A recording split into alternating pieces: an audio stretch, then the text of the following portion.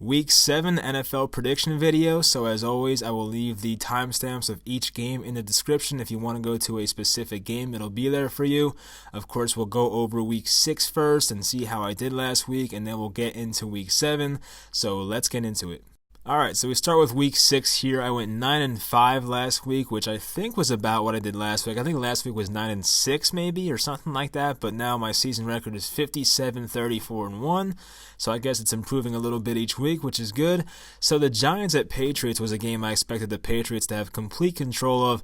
The Giants stuck around in this game more than I thought they would. It was tied at 14 at one point. The Giants were down 7 early in the fourth quarter, but the Patriots went on to win that game by 21 points somehow. I mean, there was a fumble the Giants had that was pretty key. So the Panthers at Bucks in London, that was a game where I woke up early and I wish I hadn't, because it was terrible football to watch, honestly. The Panthers really couldn't get a run game going. Jameis Winston was throwing interceptions and fumbling the ball left and right. That's just what happens, and a lot of people are out on Jameis Winston now, and I myself, I feel like I'm kind of out on him as well, because it's just way too many turnovers. He's just way too careless with the ball. I thought Kyle Allen looked pretty good in this game, so it's very interesting between him and Cam Newton who's going to be the starter going forward when he comes back. Seahawks at Browns was a very close game. I bet the Seahawks in this one anywhere I could, because I thought the Seahawks would win this game pretty easily. The Browns jumped out to a pretty good lead. They were up like 17 maybe in the beginning of the game.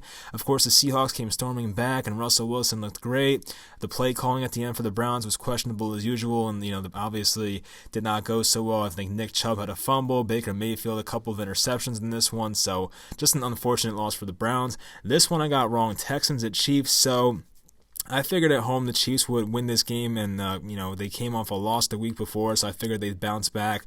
After that, I think it was Monday night loss or Sunday night loss against the Colts. I figured they'd bounce back and win that game. It was a good game. It did not happen though. Tyreek Hill had that insane catch, but Deshaun Watson, did have a couple interceptions, but he looked really good in this game.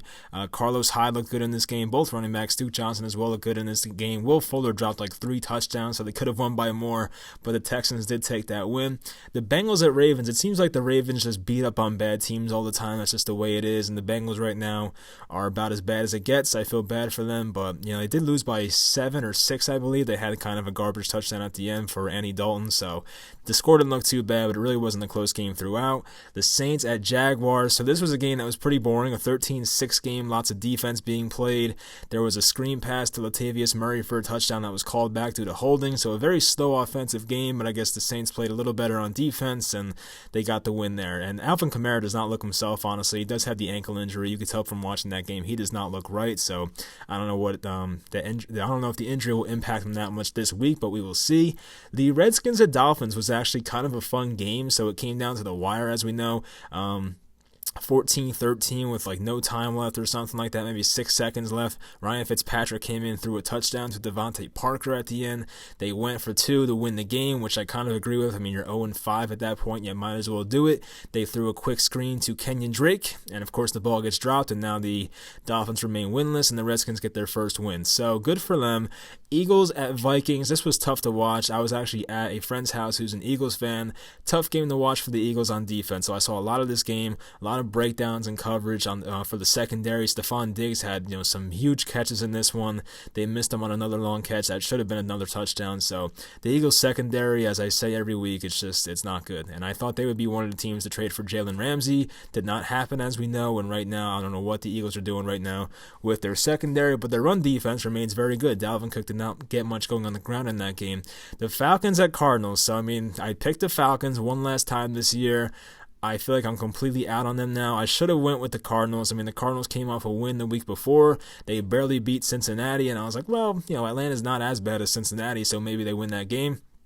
And they probably should have went to overtime, but Matt Bryant missed a late extra point. They lost, I think, 34-33, I believe the score was, or something like that. So, very unfortunate loss for the Falcons. Their hopes of making the playoffs this year are over at this point. Don't know why Dan Quinn still has a job, but that's none of my business. The Niners at Rams. Jared Goff played one of the worst games of quarterback I've ever seen. I am a fool. I started him in my fantasy football league. In one of my leagues, he got me 1.08 points. Not happy about it. Niners defense looks pretty legit. The Rams offensive line is beat up. They're hurt. They're getting old. So, I mean, I don't know. It's just a very bad showing for the Rams. They had no Todd Gurley. The Niners defense continues to look legit. Their running game is good.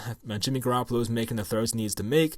So, I mean, Garoppolo hasn't looked great yet this year, but, his whole team surrounding him is very good. So they haven't really asked Garoppolo to do much this year, but it's working out for them so far. The Titans and Broncos, I felt pretty good about the Broncos. They came off that win against the Chargers the week before. I thought the Broncos defense would have a nice game in this one. I figured it'd be a low-scoring game. I did not expect the Titans to have 0 points, but that's what happened. They pulled Marcus Mariota eventually. Ryan Tannehill is now the starter. Derrick Henry literally got nothing going on the ground because I figured he would, because Leonard Fournette had like 230 yards against this same defense in Denver, and then Derrick Henry does nothing. So it's very interesting how that worked. The Cowboys at Jets. So this was a fun game, honestly. Of course, I picked the Cowboys like most people did. It was a 7-point spread, and I figured the Jets would play them pretty tightly but not win the game. Dak Prescott looked, I guess, underwhelming, you can say. Ezekiel Elliott finally had a good game, and the big turning point in this game was like a 92-yard touchdown for Robbie Anderson on play action. It was a cool play. Adam Gase decided to take a shot. It worked, and there was a 92-yard touchdown for Robbie Anderson. The Jets were able to hold them off on a 2-point conversion at the end of the game. It wasn't the best play call, but it is what it is. Steelers at Chargers. I'll admit, I did not watch a lot of this game. I saw the highlights. I saw James Conner was going off in this one. Steelers had their rookie quarterback, I forget the dude's name now, but he won his first start. The Chargers, I mean, the one concern I had, I said it last week during this, the one concern I had was the Chargers' offensive line and the Steelers' defensive line getting after Phillip Rivers too much, and that's basically what happened. Phillip Rivers had a rookie mistake in the beginning of this game, throwing a swing pass that went behind, I don't even know how to describe it. Basically, he threw the pass behind his running back. It was called a fumble and returned for a touchdown, so the Steelers had an early lead in that one. Believe they're up 21-0 at that point. The Chargers tried to make a late comeback. Did not work, though. Hunter Henry had 2 touchdowns in his return to the lineup after fracturing his knee in like week 2, so it's good to see that for him. And the Lions at Packers, a very disappointing game if you're a Lions fan. I get it, the refs screwed them, all that kind of stuff. Honestly, Aaron Rodgers looked really good in that game. He had like no receivers. Geronimo Allison went out at one point. Jimmy Graham could barely move at this point in his career. No Devontae Adams. I thought Aaron Rodgers looked like really good in my opinion. Of course, the running backs. I mean, Aaron Jones dropped a touchdown in this one. I think he fumbled as well. His backup Jamal Williams looked really good in this game, so they were able to win that. The Lions offense looked pretty good for the most part. I still think the Lions are a good team. It's just unfortunate they lost that game. I guess it is fortunate for me because I did pick the Packers. But in the beginning of that game, I was like, damn, I should have picked the Lions because like they seemed like they had control of that game early, but then the Packers came back, and with help of the refs, they won that game. So that is the Week 6 review, and now we will get into Week 7. For Thursday Night Football this week, we have the Kansas City Chiefs at 4-2 at the Denver Broncos. Right now, the Chiefs are favored by 3 points, and I did pick them to win this game. So KC's coming off back-to-back losses. Of course, they lost that Sunday nighter or Monday nighter. I think it was Sunday nighter against the Colts. A game they were favored to win by like 7 points. No, I think it was 10 points, actually. They were favored to beat the Colts by. They were coming in at 4-0, looking great. I mean, the week before that, they had that very close win in Detroit. So it seems like KC's been playing worse and worse as the weeks have gone on, but they have a lot of injuries right now. I wrote down on the bottom here, Sammy Watkins, Kendall Fuller, Eric Fisher, and Chris Jones all ruled out for this game already. And those are some good players. I mean, you can argue that all those guys are top 10 players on the Chiefs roster, so those are some big losses for them and definitely going to hurt them in this game.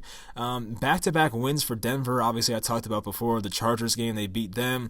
And then, of course, last week they pitched a shutout against the Titans, against Mariota and Tannehill. Not the most impressive thing, but, in the NFL today with the rules they have against, that favors the offenses and stuff like that. Anytime you get a shutout, very impressive in my opinion. So they were home, they were facing a bad offense, but still, it's pretty impressive in my mind. So there's going to be a lot of running in this game in my opinion. We probably think there's going to be a lot of passing, but these run defenses have both been very, very bad this year, aside from Denver last week when they shut down Derrick Henry, but before that, lots of bad running defenses for both of these teams here. So, the Chiefs are going to have their rotation of Damian Williams, LaShawn McCoy, Darrell Williams, whoever else they have there. They have their whole running back by committee going. Denver has Lindsey and Freeman, of course, so those guys will get a lot of touches in this one. So I think it'll be, kind of a slow-paced game. I don't know what the over-under is, but I'd probably pick the under, whatever it is. It's going to be a very close game, in my opinion. I like the -3. I think it's a fair number. But just because, it's Patrick Mahomes against Joe Flacco at this point in his career, I'm going to pick the Chiefs for the third week in a row. Obviously, I was wrong about them the last 2 weeks. They have a lot of injuries. I feel like Denver might be able to steal this one on a short week. I think it'll be a fun game. So we'll see what happens. But I am going to pick the Chiefs to win this game. So now for the Sunday games, we start off with the Disappointment Bowl of 2019. Some very disappointing teams so far. The Los Angeles Rams, who have Super Bowl aspirations, just traded 2 first-rounders for Jalen Ramsey, and against the Atlanta Falcons, who are 1-5 this year. Seems like their playoff hopes are all over. I don't think a 1-5 team's ever made the playoffs. I could be wrong, but I don't think. Well, maybe did the Colts make it last year at 1-5? I'm trying to think now. I feel like they were 1-4. I don't know. 1-5 is just outrageous. They're in a good division as well, so it's very tough to make it. The Rams last week, a 20-7 loss against San Francisco, a big division game for them. One that I thought the Rams would win. The Rams defense was able to keep that game close, but the Rams offense was doing absolutely nothing. You have to give a lot of credit to the San Francisco defense as well. And Atlanta had a shootout in Arizona. Makes sense. 2 terrible defenses. Matt Ryan had a terrific game. Did about all he could to win that game. Did not happen, unfortunately, because the Atlanta Falcons just do not know how to play defense. I mean, there were a couple plays in that game I watched where I was like, what the hell are they doing? There was one with David Johnson where it looked like they dropped back in zone. And David Johnson was just, it was a check down to him. And he had 20 yards of space in front of him. Just no one even near the guy. And Johnson picks up 20 yards. I mean, I don't know what they were doing there. The tight end, Max Williams for Arizona, made a catch where they had a bootleg with Kyler Murray rolling out to the right. Max Williams kind of slipped to the left, and he just threw across his body to Max Williams. No one for the Falcons was on that side of the field even worrying about Max Williams, and he scored a touchdown. So if there was a get-right game for Jared Goff, it's this one. This is probably the worst defense in the NFL right now.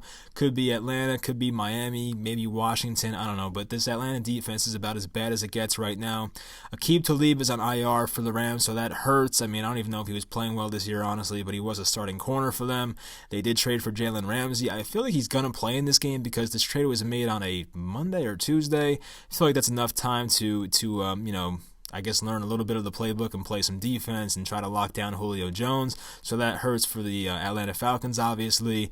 And right now, the Rams' offensive line has a lot of issues, but it's not like the Atlanta pass rush has been that great anyway, so I really don't think it'll be that big of an issue in this game. Could affect the running game. We don't know if Todd Gurley's going to play in this one. That's definitely a big thing. Malcolm Brown had a good first drive, but after that, they kind of just stopped giving him the ball, and it was nothing impressive. The rookie Darrell Henderson got some play as well. He had the one bad fumble on a pitch play. I mean, I think it was all Henderson's fault. I think they gave the fumble to Goff, but I feel like it was mostly Henderson's fault. So he looked good, though. I think he had a 6 carries maybe for 39 yards or something like that. He had some explosive runs. I think he had a 22-yard run in there as well. So, we'll see if he plays more, if Gurley's out or not. So, I don't know. I think this is the game where the Rams offense gets right. I think they go over 500 at 4-3, and unfortunately for the Falcons, they're going to go 1-6 in my opinion. So I've been wrong about the Falcons almost every game, it seems like. So could be wrong on this one, but I feel like this is a game that the Rams have to win if they're going to be a serious contender this year. Next, we have the 0-5 Miami Dolphins against the 4-1 Buffalo Bills. The Dolphins were so close to their first win. It did not happen. Ryan Fitzpatrick came in I think the third quarter after Josh Rosen had a terrible first half. He led them to a comeback drive.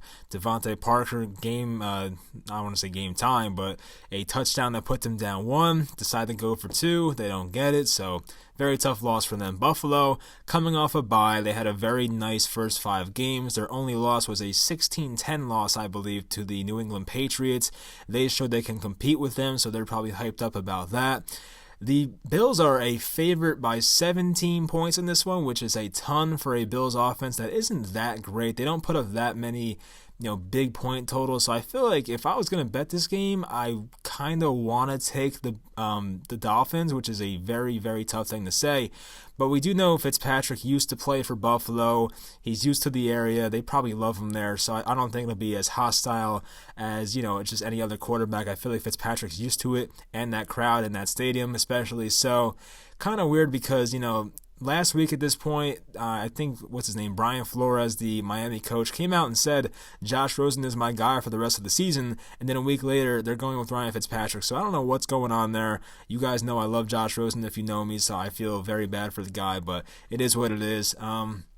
Potential huge game for Josh Allen in this one. He had a I don't think their last game was the Patriots. I think they played another one after that, but he had a kind of a rough ending the last 2 weeks for Josh Allen. He got off to a good start. The game against the Giants, I watched the whole thing. Obviously, he just, he killed the Giants, played very well in this one. I think this is a game where Josh Allen gets back on track, and they play a lot of easy pass defenses the next few weeks. So Josh Allen, if you're in fantasy football, maybe pick him up. He might have a really good next few weeks or even a month. So we'll see what Josh Allen can do in this one.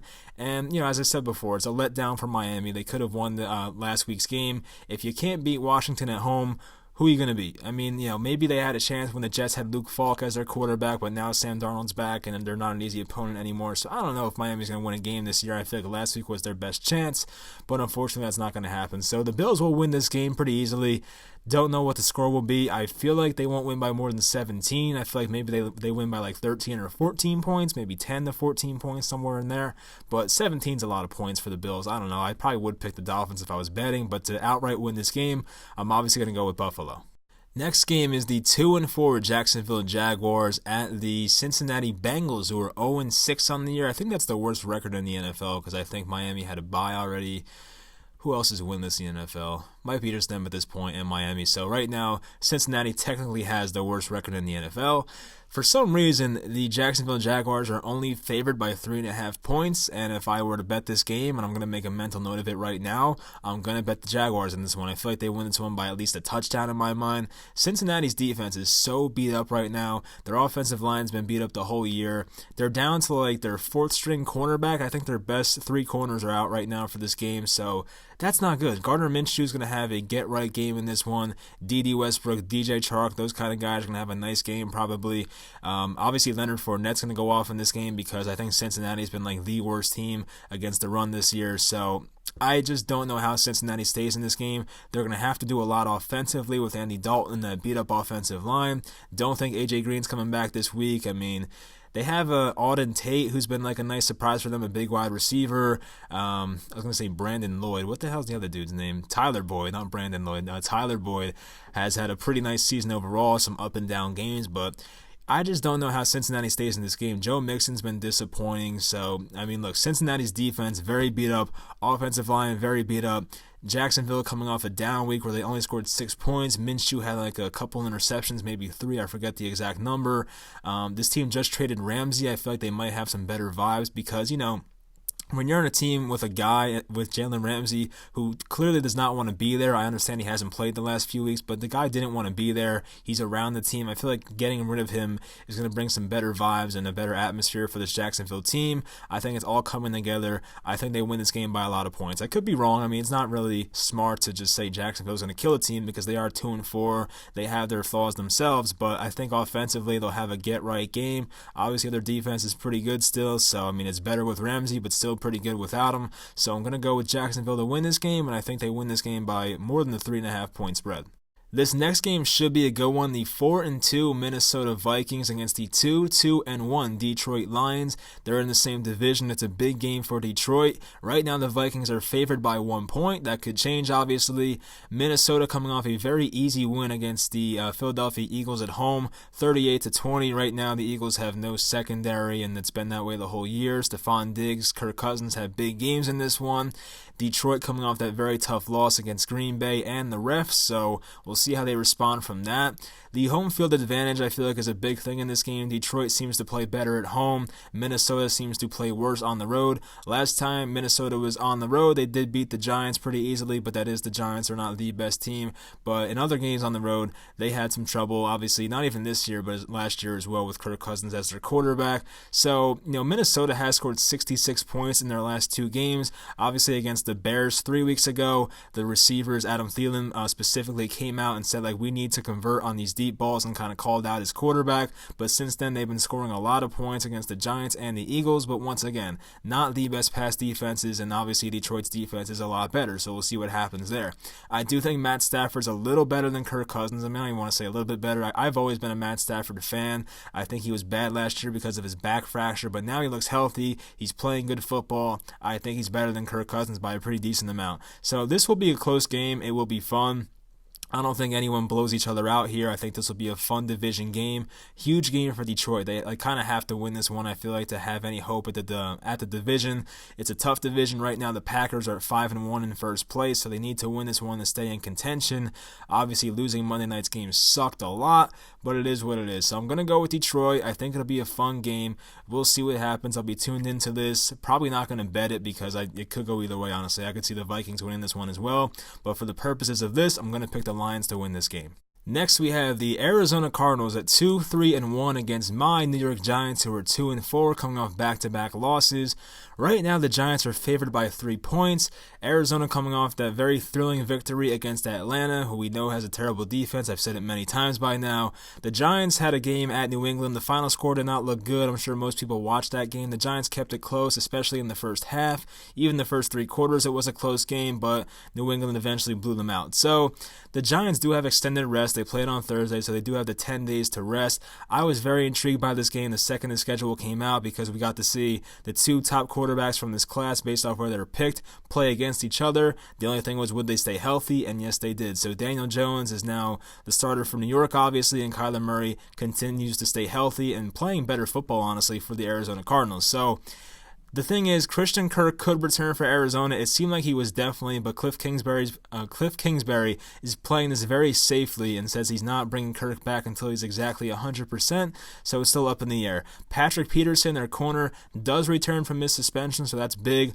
I mean, he's obviously not the same player he once was, maybe 4, 5, 6, 7 years ago, but still, he's an above-average corner in this game. We'll see what he does exactly in his first game back. The Giants do get Evan Engram and Saquon Barkley back. There's a chance for Sterling Shepard. We'll see about that as the practice reports come out and see who's playing, but that would be huge. Having Engram and having Barkley, definitely a huge upgrade from John Hillman and Red Ellison for the Giants offense, so that'll be huge. I think this will be a high-scoring game. I think it'll be fun.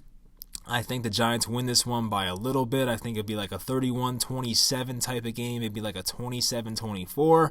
I think these teams are pretty even. I mean, the Giants' defense, and I don't even want to say they're better, honestly. I don't know. These teams are very close, though, honestly. Like, I like Cliff Kingsbury more than Pat Shurmur. I am a Pat Shurmur fan, more than most Giants fans. But Cliff Kingsbury's offense has proven to work so far in the NFL.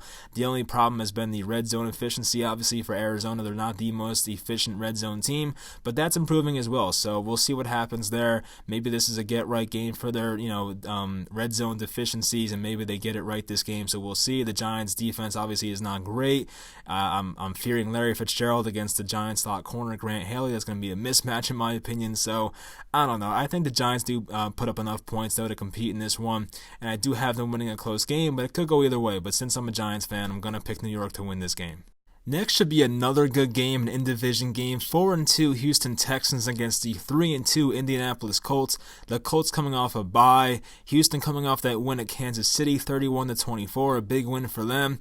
Houston right now is rolling on offense, especially the last 2 weeks. They scored like 53 against the Falcons, and then of course 31 against the Chiefs last week. The Falcons and Chiefs don't have the best defenses, and Indy's defense is definitely better, but they seem to be doing a lot better when Kiki Kuti is in the lineup instead of Kenny Stills. And I think the philosophy behind that is Kenny Stills and Will Fuller are somewhat similar players. We all know Will Fuller's a better player than Kenny Stills at this point in his career, but Kiki Kuti is more of a short route type of runner and an intermediate route type of guy, and I feel like he fits this offense a lot better than Kenny Stills. I just feel like Kenny Stills and Will Fuller's games do not mesh.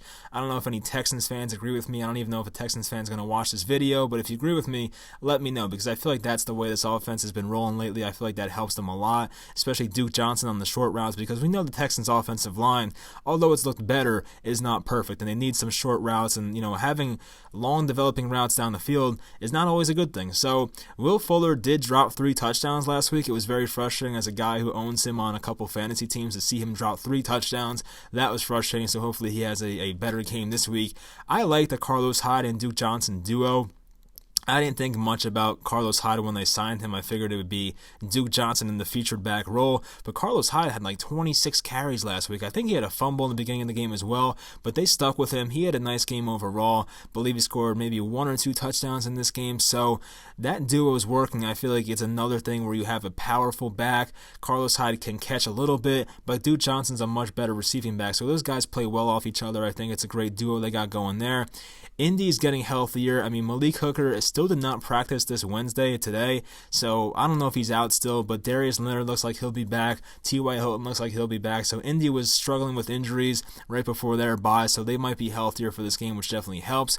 Houston's run defense against the offense that likes to run. So Houston does have a very good run defense. This offense likes to run. They don't like to lean on Jacoby Brissett too much, but in a game like this, they might have to, so we'll see what Marlon Mack does, and will Houston make Jacoby Brissett beat them? So that's the thing. I mean, if they stop the run, eventually Indianapolis might have to go with the pass and see if Jacoby Brissett can beat them. So this is probably a big game for Brissett, especially for a division game. You can basically be neck and neck with Houston if you win this game. So we'll see what happens. It'll be a fun one. I think it'll be another close game. Obviously, it's a 1-point spread. The Colts are favored in this one, but I think Houston's on a good run right now. I like them to win. I think their 3rd game in a row. So give me the Texans to win this game.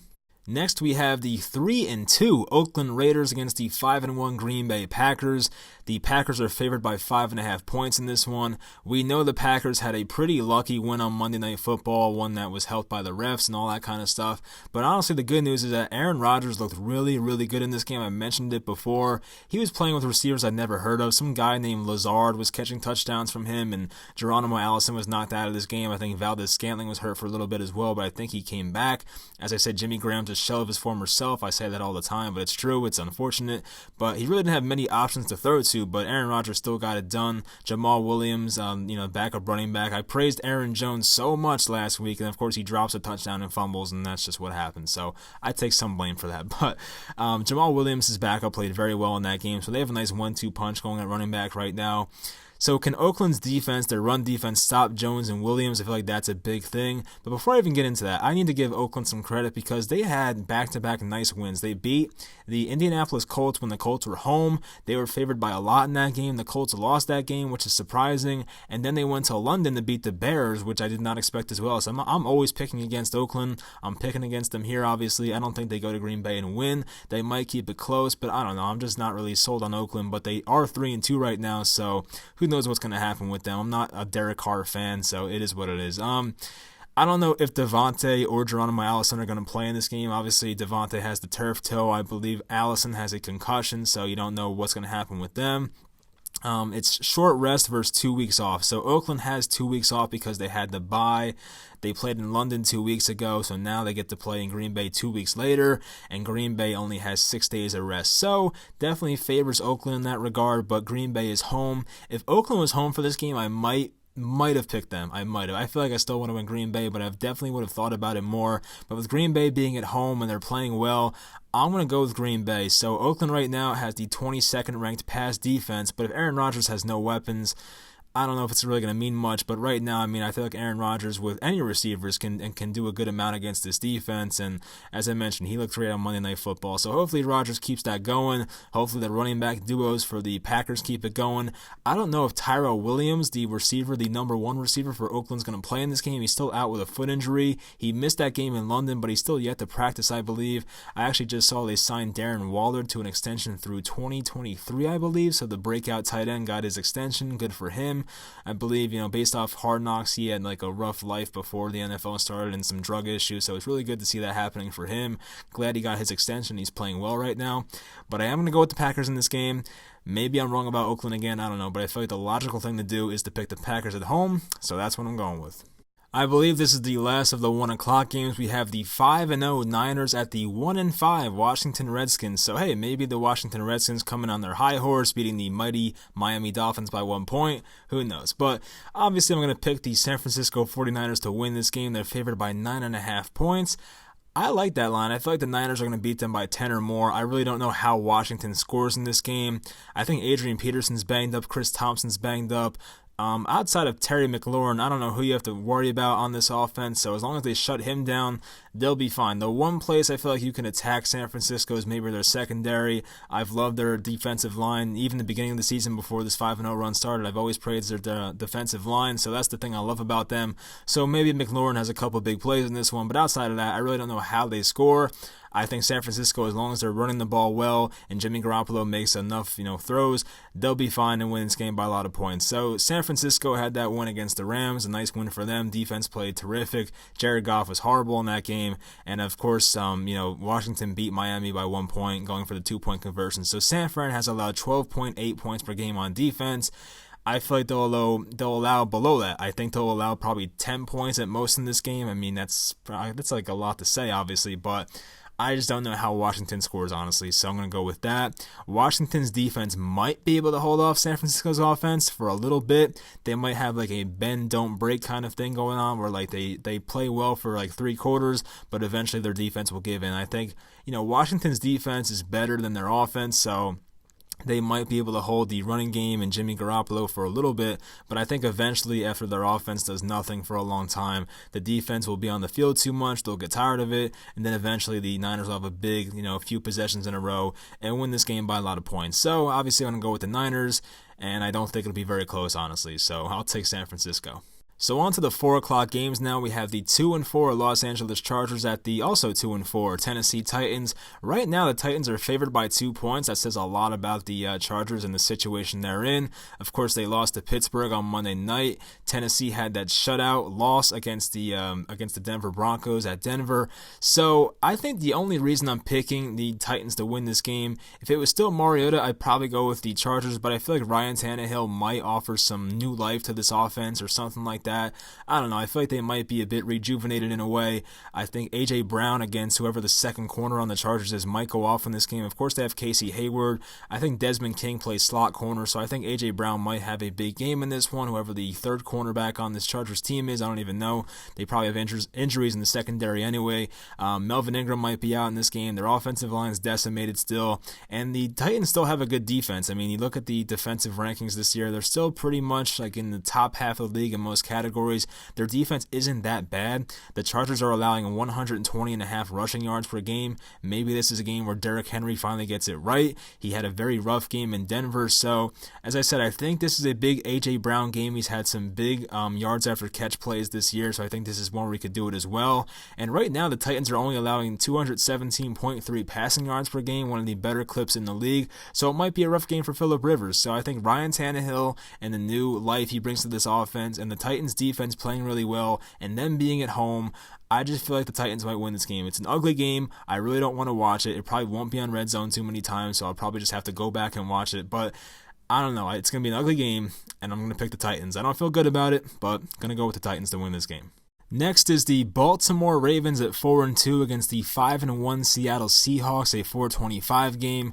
Baltimore coming off the 23-16 win versus Cincinnati. Seattle coming off the win at Cleveland by 4 points.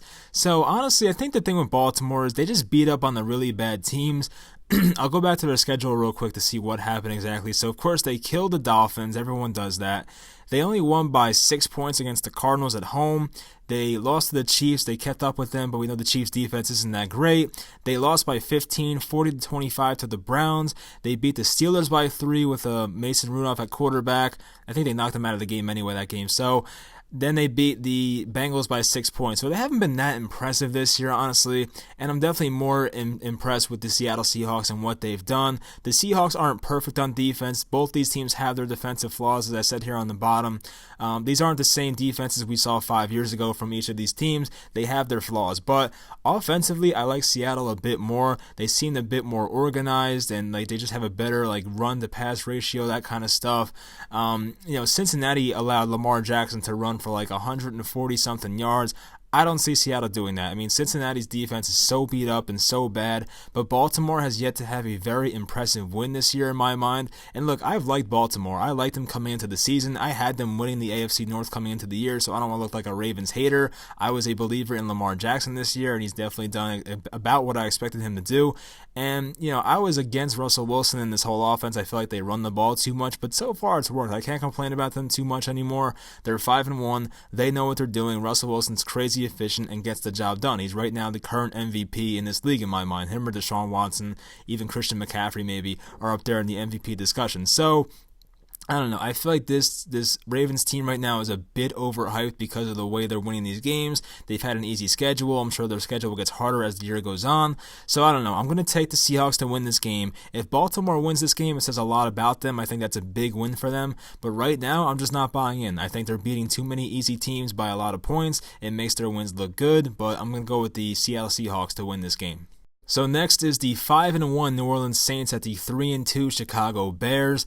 The Bears coming off a bye. They played in London 2 weeks ago. They lost to the Raiders. They had a 21-17 lead late in that game. Raiders came back and won the game, but now they had a week off, so they do have 2 weeks of rest though. So New Orleans had a 13-6 win at Jacksonville. They forced Gardner Minshew into some mistakes. The Saints had some costly penalties on offense in that game to kind of negate some of their points.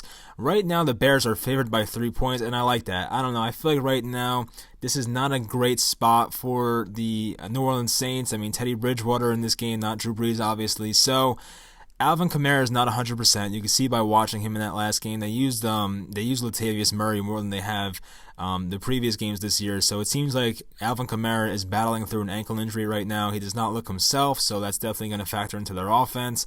I feel like the Chicago Bears can shut down Michael Thomas if they wanted to. I don't know who else they have to worry about. Ted Ginn, Traquan Smith, Jared Cook, I think finally had a touchdown last week. So I don't know. They don't have too many weapons on this offense outside of Kamara and Michael Thomas, and Kamara's not even healthy right now, so they don't have to worry about that. Chicago's D is still better. I like the Saints defense a lot, but Chicago's is still a little bit better, and they're at home, and they have the rest. I think Mitchell Trubisky is coming back for this game. He had a full practice today. I don't know if that helps them or not, but hopefully, I don't know. I have no idea if that helps. I don't know if Chase Daniel or Mitchell Trubisky's better at this point, but still, I mean, they're like the same guy in my opinion. Mitch Trubisky adds a little bit more mobility. So, New Orleans offense looked underwhelming last week. I mean, obviously Jacksonville's defense is good. It was a very hot game. It's tough to play offense sometimes in games like that. They escaped there with a victory. So I don't know. I'm just not in on the Saints this game for some reason. I feel like this is a game where they come back down to earth. If they lose, they're still 5-2. That's fine. I have the Bears going 4-2 after this. But once again, I think the Saints could win this game. I don't think it's anything decided. It'll be a low-scoring, boring type of game. A lot of these 4 o'clock games might be boring, honestly. I mean, you look at the Chargers and Tennessee game. Hopefully that Baltimore-Seattle game is fun and high-scoring because these other 2 games, I don't expect many points, obviously. So I'm going to go with Chicago to win this game, but I could be wrong, but who knows? I'm going to go with the Bears. For Sunday Night Football, this should be a good game. We have 2 teams at 3-3, the Philadelphia Eagles against the Dallas Cowboys, a big matchup for the NFC East. I do have the Eagles winning this game. The Cowboys are favored by 3 points, but I just like what I see from the Eagles more than Dallas at this point. Dallas, I mean, they got off to a great start, 3-0 against some easy teams. I think the Giants, the Redskins, and the Dolphins. Everyone was ready to put the Cowboys in the playoffs and call them one of the best teams in football, but not so fast. They lost to New Orleans, lost to Green Bay, and then lost to the Jets, surprisingly, this week, so that was a very surprising loss for them. The Eagles had that tough loss against Minnesota. They let up a lot of points. Kirk Cousins had a huge game. Their secondary continues to look terrible, so not a good look for them. But here's the good news. So obviously, the Cowboys offense goes through Ezekiel Elliott, but right now, the Philadelphia defense is second against the run, and if they can't run the offense through Zeke and it has to go through Dak, I like the Eagles' chances. You're going to force Dak to beat you. I don't know if he can do that. I understand the Eagles have a pretty bad secondary, but Dak Prescott has not looked good at all lately. So I want to pick the Eagles. There are some important injuries in this game. Jason Peters might be out. Deshaun Jackson might be out. The Cowboys starting left and right tackles might be out. Amari Cooper might be out, and Byron Jones. Amari Cooper would be a huge loss in this game because of the secondary and the Eagles not being so great. You would love to have Amari Cooper and an extra added weapon to pass against this defense, but if he's out, that's not good for them. So I think the Cowboys have a bye after this. They might take it easy and just sit Cooper out, but this is a huge game, honestly. I mean, obviously, whoever wins this game is first place in the NFC East. You then hold the tiebreaker at that point, so I don't know. It's a big game. I'm going to enjoy it. I mean, I hope both teams tie because I'm a Giants fan, so hopefully this ends in a tie somehow, but I do have the Eagles winning this game. The Cowboys are favored. I could see Dallas winning this game. They are at home in this one, but I like the Eagles' chances. The coach, Doug Peterson, said we're going to come out and win that football game. I like that kind of energy, that passion. The team should get behind that, and I just like the Eagles' chances to win. I mean, give me Carson Wentz over Dak Prescott any day. Both teams are injured. It is in Dallas, but I'm going to go with the Eagles to win this game. Lastly, we have Monday Night Football. The 6-0 New England Patriots are favored by 9.5 points against the 1-4 New York Jets. So Sam Darnold came back last week, had the big win against Dallas. We all know that. Had the huge pass to Robbie Anderson for like 92 yards. New England had the win against the Giants. They have extended rest in this game, 10 days off for them.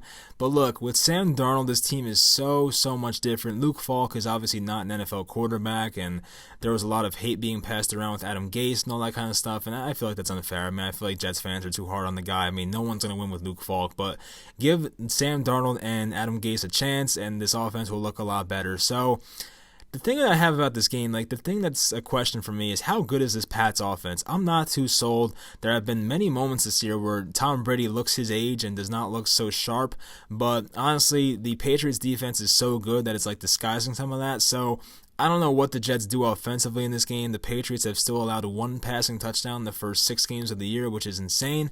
So we'll see if Sam Darnold can do anything. Maybe they try to get Le'Veon Bell going in this game. I think the Jets placed their guard, Kalichi Osemele, on IR, so that sucks. I was high on that move, and sucks that he's on IR now, so it is what it is. But I don't know. I feel like the Jets would cover this game. I mean, maybe the Patriots put their, foot on the gas pedal here and try to blow them out, but I feel like the Jets would keep it close. I don't know if CJ Mosley is going to play in this game. That's definitely big for the Jets defense, but the Jets defense looks a lot better. They're getting better week by week, and especially with Sam Darnold, there's just a whole different energy about this team and stuff like that.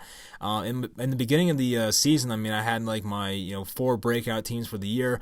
I picked the Jets. I mean, all the other teams I picked were doing well so far, but the Jets, I obviously did not expect Sam Darnold to get mono, but all these other teams I picked were doing well except for the Jets, and I think I'm still pretty high on the Jets. I feel like they do have some injuries. They lost Avery Williamson for the year during the preseason, but they do have a couple of other injuries, but they have some of their guys back. Their offense is pretty much back. Chris Herndon's still out with a hamstring injury, so that sucks, but you have Le'Veon, you have Robbie Anderson, who's the slot receiver? Jamison Crowder they have. So, I mean, they have guys on this offense now that can get the job done, and at least Sam Darnold has some weapons on this team. So, I'm excited for this game. I feel like the Jets can really make a statement here.